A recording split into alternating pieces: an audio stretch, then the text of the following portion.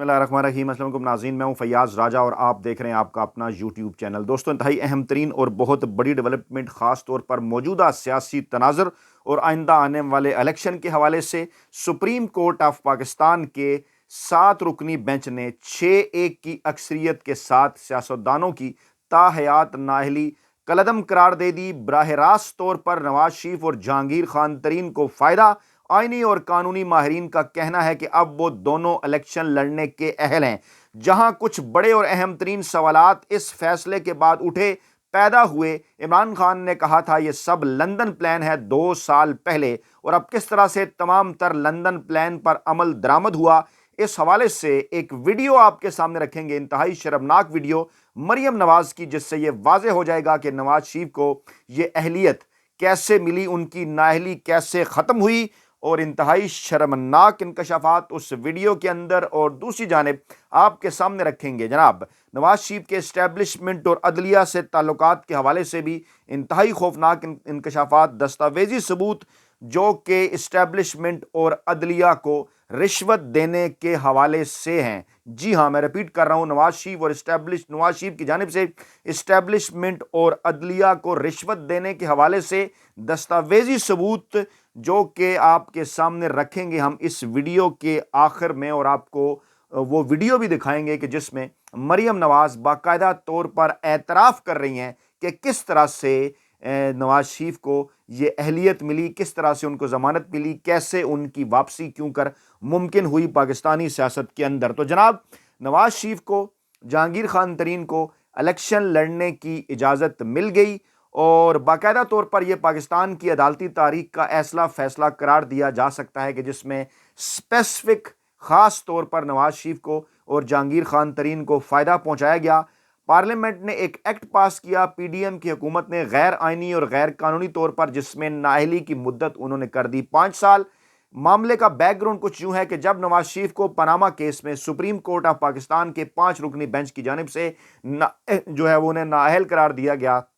تو اس وقت ایک ڈیبیٹ شروع ہوئی کہ کیا یہ تاحیات نااہلی ہے یا کچھ عرصے کے لیے ہے۔ اس کے بعد دوبارہ سپریم کورٹ میں یہ معاملہ گیا، اور پھر سپریم کورٹ کی جانب سے کہا گیا کہ یہ تاحیات نااہلی ہے۔ اس کے بعد ریویو پٹیشنز ہوئیں، ان ریویو پٹیشنز کو بھی فارغ کر دیا گیا، اور یہ مہر ثبت ہوگی کہ نواز شریف اور جہانگیر خان ترین کی جو نااہلی ہے الیکشن لڑنے کے حوالے سے آرٹیکل 62(1)(f) کے تحت وہ نااہل ہے۔ اب جب جسٹس قاضی فائز عیسیٰ صاحب آئے تو پہلے سے یہ کہا جا رہا تھا کہ نواز شریف کو ریلیف دیا جائے گا۔ اسی لندن پلان کے تحت نواز شریف کی واپسی بھی ہوئی، جو آگے چل کر ہم آپ کے سامنے ویڈیو بھی رکھنے جا رہے ہیں، انکشافات بھی آپ کے سامنے رکھیں گے، دستاویزی ثبوت بھی آپ کو بتائیں گے کہ کیسے جو ہے وہ اس خوفناک ایک تعلق کا بھی انکشاف ہوا اسٹیبلشمنٹ اور عدلیہ کو نواز شریف کی جانب سے، کس طرح سے جو ہے وہ یہ جو رشوت دینے کا انکشاف ہے، اس کی تفصیلات بھی آپ کے سامنے رکھیں گے۔ تو جناب اس معاملے کو لیا جسٹس قاضی فائز عیسیٰ صاحب نے،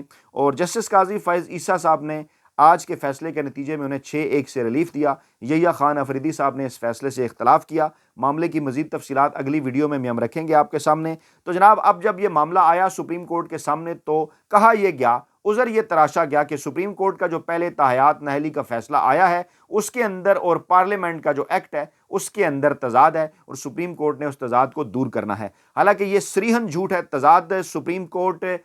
کے فیصلے اور پارلیمنٹ کے ایکٹ کے درمیان نہیں تھا، بلکہ پاکستان کے آئین اور اس کے بعد نون لیگ کی پی ڈی ایم کی حکومت کی جانب سے بنائے گئے یہ جو ایکٹ تھا، الیکشن ایکٹ، اس کے اندر تضاد تھا، کیونکہ سپریم کورٹ نے آئین اور قانون آئین کی تشریح کرتے ہوئے اس بات کا فیصلہ دیا تھا کہ نواز شریف کی نااہلی تاحیات ہے، اور اگر یہ آئین کی تشریح ہے تو اس کو کس طرح سے ایک ایکٹ کے ذریعے تبدیل کیا جا سکتا ہے، کیونکہ جہاں پر آئین اور قانون مد مقابل ہوتے ہیں تو آئین کی مانی جاتی ہے، قانون کی نہیں مانی جاتی، اور رولز اور قوانین آمنے سامنے ہیں تو رولز کی بجائے قانون کی مانی جاتی ہے، یعنی رولز، قانون اور آئین سب سے سپیریئر ہے، اور سپریم کورٹ نے آئین کی روشنی میں نواز شریف اور جہانگیر خان ترین کو تاحیات نااہل قرار دیا تھا۔ لیکن آج اس فیصلے نے کئی سوالات کھڑے کر دیے ہیں۔ یہ بھی ایک بڑا سوال ہے کہ ماضی میں جا کے کیسے قانون کا اطلاق کیا جا سکتا ہے۔ یہ تو بالکل وہی ہے کہ اگر کسی شخص نے قتل کیا اور اسے اس وقت کے قانون کے مطابق آپ نے عمر قید کی سزا دی،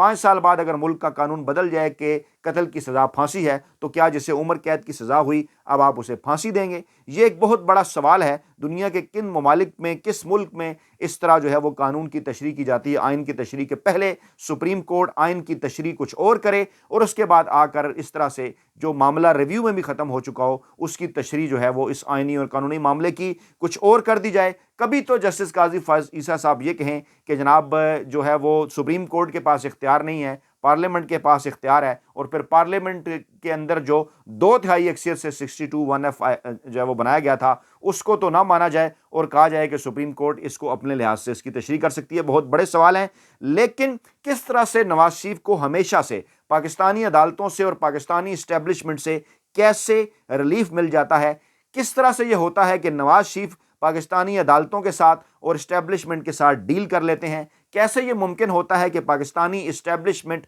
اور عدلیہ کو نواز شریف اپروچ کر کے ان کو رشوت، جی ہاں رشوت انہیں آفر کر لیتے ہیں؟ اس حوالے سے خوفناک انکشافات، میں کوئی ہوا کے اندر بات نہیں کر رہا، میں ایک ماضی نواز شریف کا سارا آپ کے سامنے رکھنے جا رہا ہوں۔ ہم کسی پر کوئی الزام موجودہ چیف جسٹس یا اسٹیبلشمنٹ کی قیادت کے اوپر نہیں لگا رہے، لیکن کچھ سوالات اٹھتے ہیں، سوالات پیدا ہوتے ہیں نواز شریف کی ماضی کی ایک پوری تاریخ ہے اس کو سامنے رکھتے ہوئے، اور وہ یہ جو ماضی کی تاریخ ہے یہ پاکستانی اسٹیبلشمنٹ کے ہیڈ کوارٹر GHQ سے بھی حاصل کی گئی دستاویزات ہیں جو میں آپ کے سامنے رکھنے جا رہا ہوں۔ یہ 3 کتابیں ہیں میرے ہاتھ میں، بے نیام تلواریں، شجاع نواز صاحب، سابق آرمی چیف آصف نواز صاحب کے بھائی۔ یہ جناب دوسری کتاب ہے سپریم کورٹ کے سینئر ترین رپورٹر الیاس چودھری صاحب، جنگ کے لیے وہ کام کرتے رہے، ان کی کتاب ہے۔ اور تیسری کتاب ہے پاکستان کے سینئر تحقیقاتی صحافی مجاہد حسین صاحب کی بدعنوانی کی حکمرانی۔ اور خاص طور پر سب سے پہلے اگر میں اس کتاب کا ذکر کروں بے نیام تلواروں کا،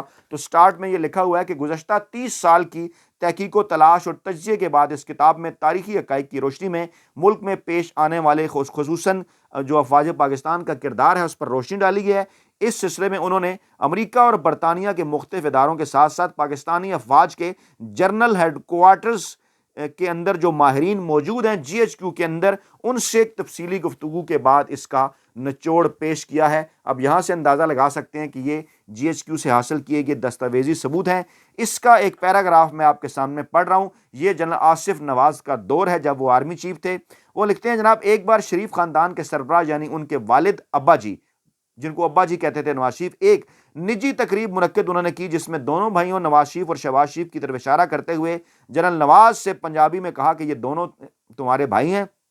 چھوٹے بھائی ہیں، اگر یہ کچھ گڑبڑ کریں تو مجھے بتانا، میں انہیں ٹھیک کر دوں گا۔ ناشتہ کی میز پر جو اس موقع کے لیے ترتیب دیا گیا تھا، جنرل نواز زیادہ تر خاموش رہے، اس طرح دونوں میں ہم آہنگی اور بے تکلفی پیدا نہ ہو سکی۔ شریف نے دوسرے جرنیلوں کو خوش کرنا شروع کر دیا۔ پتہ چلا کہ لاہور کے کور کمانڈر کے بھائی کو انہوں نے ایک صنعتی فیکٹری لگانے کا اجازت نامہ دے دیا اور اس کی وجہ سے ان کور کمانڈر صاحب کو خاصی جھاڑ پڑی۔ یہ اطلاع بھی ملی کہ وزیراعظم نے کئی جرنیلوں کو BMW گاڑیاں تحفے میں پیش کیں۔ ایک بار شہباز شریف آرمی چیف جنرل آصف نواز کے پاس آئے اور انہیں BMW گاڑی کی چابیاں پیش کرتے ہوئے کہنے لگے کہ یہ ابا جی نے آپ کو تحفہ بھیجا ہے۔ جنرل نواز نے شکریہ کے ساتھ تحفہ قبول کرنے سے انکار کر دیا۔ پھر ایک بار وزیراعظم شریف نے خود ایک BMW کی گاڑی کی چابی جنرل نواز کو پیش کی، جو جنرل نواز نے یہ کہتے ہوئے واپس کر دی کہ شکریہ سر، میں اسی میں خوش ہوں جو میرے پاس ہے۔ جی ہاں، بالکل، آرمی چیف کو BMW گاڑی۔ دوسری کتاب سے جناب میں حوالہ آپ کے سامنے رکھنے جا رہا ہوں، اور اس میں جناب لکھتے ہیں جولائی 1993 صدر پاکستان غلام اسحاق خان نے آئین کے آرٹیکل 58(2)B کے تحت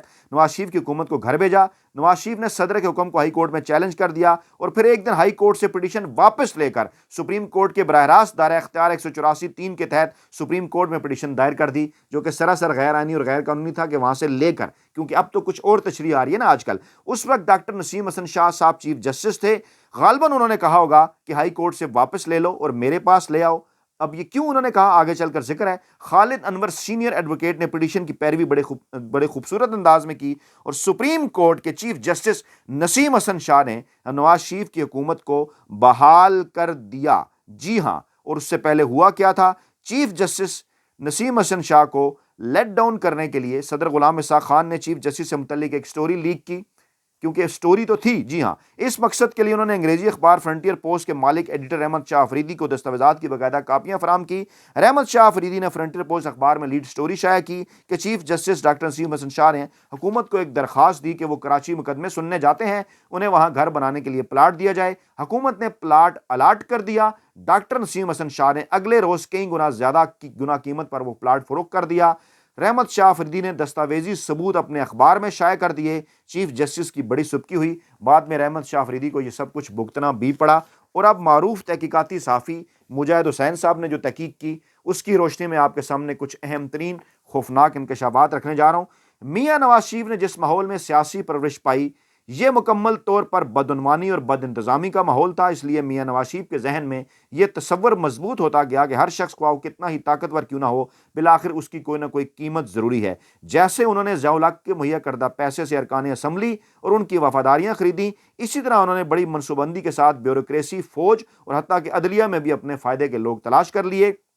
نواز شریف اچھے عہدوں پر تقرری، تبادلے، ترقی اور بھرتی سے لے کر نقد رقوم، تحائف اور پلاٹوں تک کا لالچ اپنے پاس رکھتے، اور بوقت ضرورت وہ امیدوار کی اہلیت کے مطابق اس کو مناسب تحفہ عنایت کر دیتے اور عمر بھر کے لیے اپنا حلقہ اثر میں شامل کر لیتے۔ اس کی ایک خوفناک مثال قابل احترام عدلیہ کے بعض ارکان کو میاں نواز شریف کی طرف سے قیمتی پلاٹوں کی الاٹمنٹ تھی۔ میاں نواز شریف نے سپریم کورٹ کے چیف جسٹس نسیم حسن شاہ کو کراچی کے علاقے گلستان جوہر میں 600 گز کا پلاٹ الاٹ کیا۔ نسیم حسن شاہ نے فوری طور پر اس پلاٹ کو فروخت کر دیا، لیکن یہ تحفہ پوشیدہ نہیں رہ سکا اور ذرائع ابلاغ کے سامنے نسیم حسن شاہ لاجواب ہو گئے۔ جب میاں نواز شریف کی حکومت سپریم کورٹ کی طرف سے بحال کی گئی تو بڑی آسانی کے ساتھ اپوزیشن لیڈر بے نظیر بھٹو نے عدلیہ کے اس فیصلے کو چمک کا صلہ قرار دیا۔ اگرچہ اگر اس سے پہلے نواز شریف قابل احترام عدلیہ کے وقار کی دھجیاں نہ اڑا چکے ہوتے تو ممکن نہیں تھا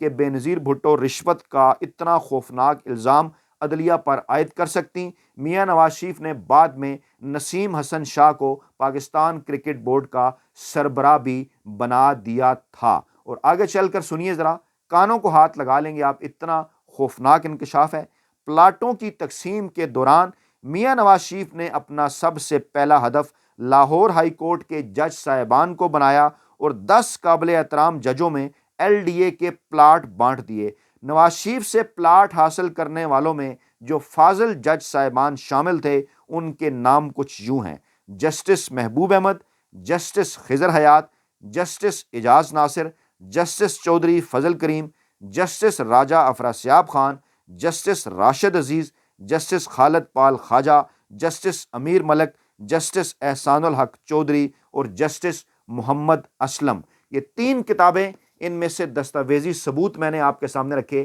کہ ماضی میں کس طرح نواز شریف پاکستانی عدلیہ کو رشوت دیتے رہے، اس کے ثبوت بھی ہیں، اور کس طرح پاکستانی اسٹیبلشمنٹ کو رشوت کی آفر کرتے رہے۔ اور ایک جرنیل، اور انہوں نے بتایا اس کتاب کے اندر کہ جب اس وقت کے آرمی چیف نے BMW گاڑی لینے سے انکار کیا تو پھر انہوں نے ان کے کور کمانڈرز کو اپروچ کیا اور ایک کور کمانڈر کے بھائی کو انہوں نے سینیٹری فیکٹری جو ہے وہ وہاں پر لگوا کر دی۔ آپ یہاں سے اس بات کا اندازہ لگا سکتے ہیں کہ یہ خاندان پاکستان میں کرپشن کے حوالے سے کتنی مضبوط جڑیں رکھتا ہے، اور اس خاندان نے، چاہے وہ پاکستان کی عدلیہ ہے، چاہے وہ پاکستان کی اسٹیبلشمنٹ ہے، چاہے وہ پاکستان کی بیوروکریسی ہے، چاہے وہ پاکستان کا میڈیا ہے، ان تمام کے اندر کس طرح سے رشوت،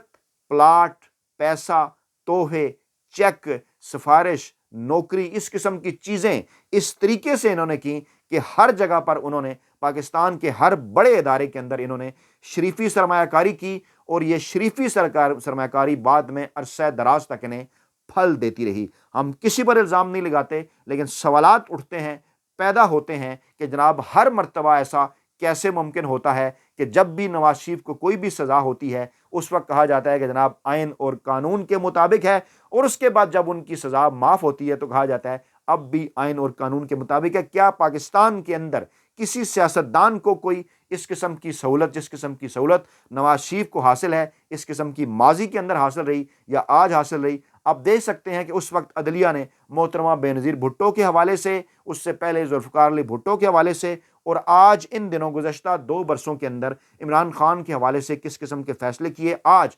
پاکستان تحریک انصاف اور عمران خان کو مسلسل مافیا ہینڈلرز سہولت کاروں کی جانب سے نشانہ بنایا جا رہا ہے، اور ہر غیر جانبدار جو تحقیق کرنے والا بندہ ہے، جو کمنٹیٹر ہے، جو صحافی ہے، وہ یہ رائے رکھتا ہے کہ ڈیفینیٹلی ان تمام تر معاملات میں جو کچھ عمران خان اور پاکستان تحریک انصاف کے ساتھ ہو رہا ہے، اس تمام تر معاملے میں نواز شریف کو عدلیہ اور اسٹیبلشمنٹ کی مدد حاصل ہے. اپنا بہت خیال رکھیے گا، دعاؤں میں یاد رکھیے گا. نئی ویڈیو کے ساتھ جلد حاضر ہوں گے. اللہ نے کے بعد.